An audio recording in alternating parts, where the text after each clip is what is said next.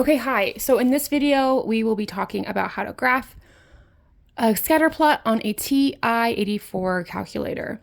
If you have a fancier one, it'll be pretty much similar to this one. Yeah, I think it's pretty much the same. So this is the question that we're going to be talking about. It's right here. Okay, you should have it in the notes that I posted. It says a director of alumni affairs at a small college wants to determine whether there is a linear relationship between the number of years alumni classes have been out of school and their annual contributions in thousands of dollars. Display the data in a scatter plot and determine the type of correlation. So this is all our data. So let me zoom in. Okay. Let me zoom in here too. So in our calculator, hoping we can see everything. Okay. In our calculator, the first thing we're going to be going to is stat. Okay. Oh, I got to zoom it way in. Okay. We're going to be going to stat again. Okay. We're going to be going to edit. If you have any lists in there, you got to clear them out. Okay. We want a list 1 and a list 2. So in list 1, you're going to be putting all of your explanatory variables, which is the number of years out of school, your independent variables, your inputs, your x values. Okay? So I'm going to pause and put that in for list 1. Okay, so there's my list 1.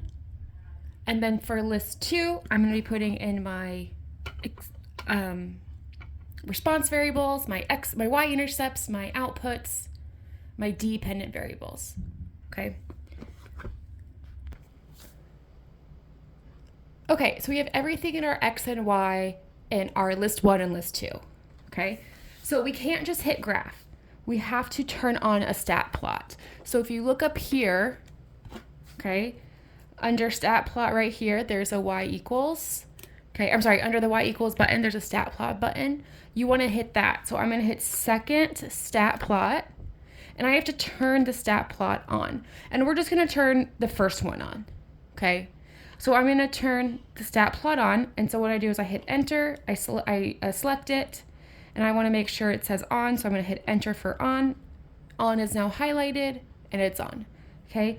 Here's actually under types, you have the little dots. That's a stat plot. Okay. It's highlighted right now. If you arrow over, that would be a line. And if you arrow over, hey, look, that's a histogram. Okay? If you arrow over, oh, look. Why can't it? There we go. That's a box and whisker plot.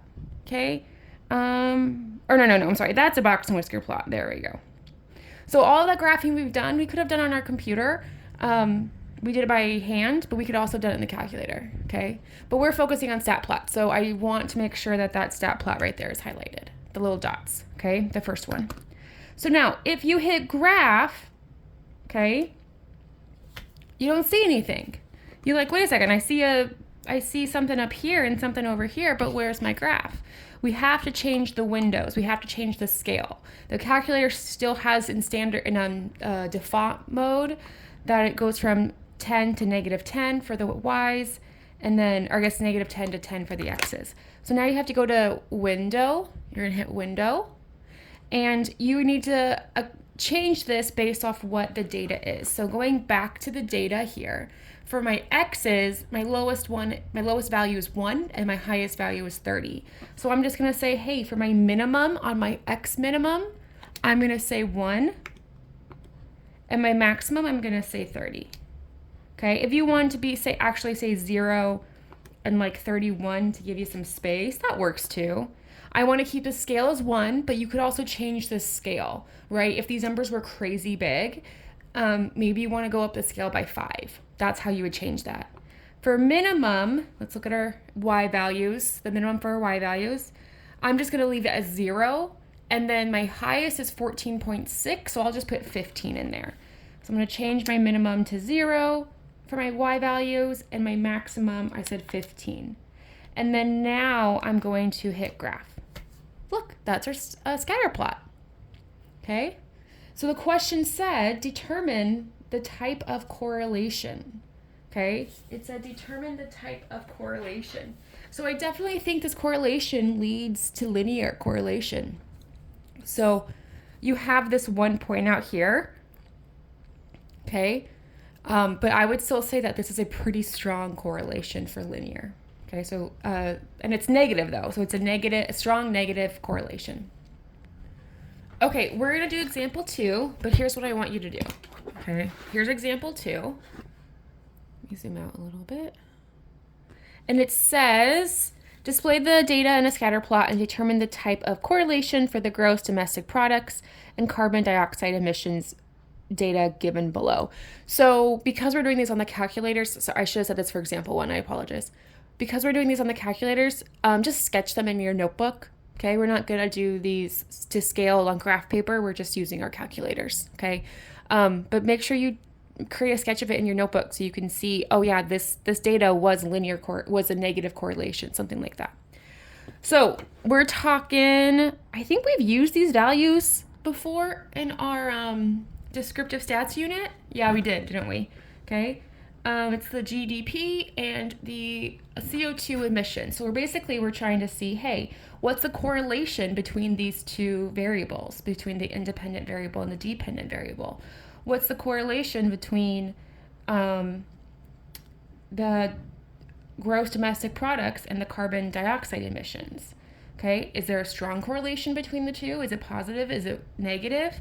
We established over here that there was a strong negative, right? Was it negative? Yeah, strong negative correlation between the number of years out of school and the amount that you donate, okay?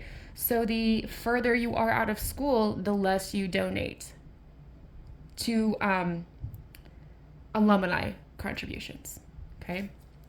So let's see about the correlation between domestic gross products and then the CO2 emissions. So what I'm going to do here is here's what I want you to do. I want you to pause this, create your graph, okay?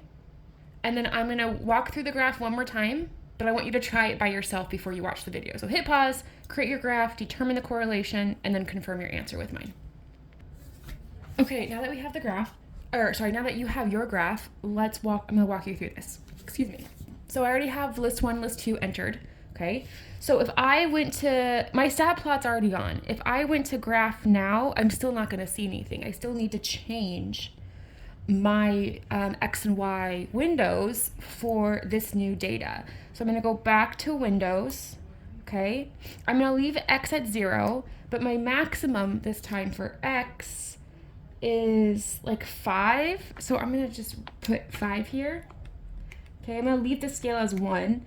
But for I'll leave 0 as my minimum for Y's, but my maximum for Y's looks like it is 1200. So I'm gonna say, let's say 1250 in here. And right now I'm gonna leave the scale as 1 and see what that looks like. So if I hit graph, okay, that's not bad. We left it as 1, okay? So based on how you made your windows, you might be slightly off than mine. Your graph might look a little different, but we should generally see the same thing, okay? So I definitely see that there's a linear correlation here. I would say maybe somewhat strong, okay? I could say moderate to strong. I would say that those are both correct. I wouldn't say weak. I definitely wouldn't say weak, but I could say moderate to strong, and it's positive. So what does that mean? That means that there's a positive correlation.